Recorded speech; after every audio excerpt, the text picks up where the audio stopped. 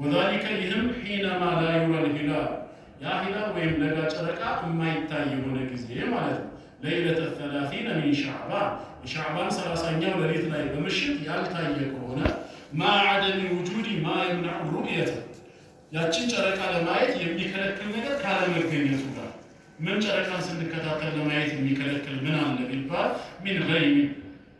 ዳመና ሊጋርድ ይችላል ይሸፍናል አው ቀተሪ ኃይለኛ ጭስ አዋራ የመሳሰለው ነገር ተነስቶ ሊጋርደን ይችላል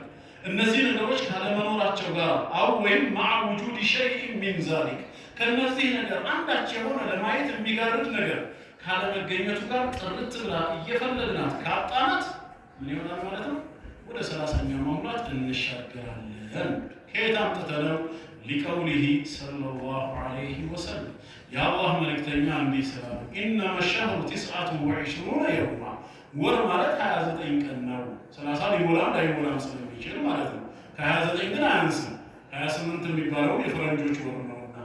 ወር ማለት 29 ቀን ነው فلا تصوموا ስለዚህ በቀጣዩ ቀን 30ኛው ላይ ማለት ነው እንዳትጾሙ حتى تروا الهلال ማታ ምሽቱ ላይ በ30ኛው ሌሊት ለጋ ጨረቃን እስክታዩ እንጂ ያያችሁ ጊዜ ትጾማላችሁ ካላያችሁስ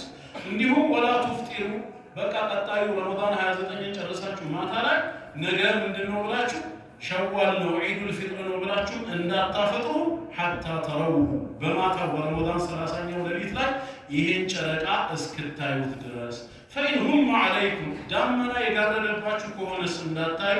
فقدروا له مطلولت لسوا من معناته فقدروا له ومعنى اقدروا له ማለት አይ አቲሙ شهر شعبان 30 يوما شعبان الور አንድ ቀን ጨምሩና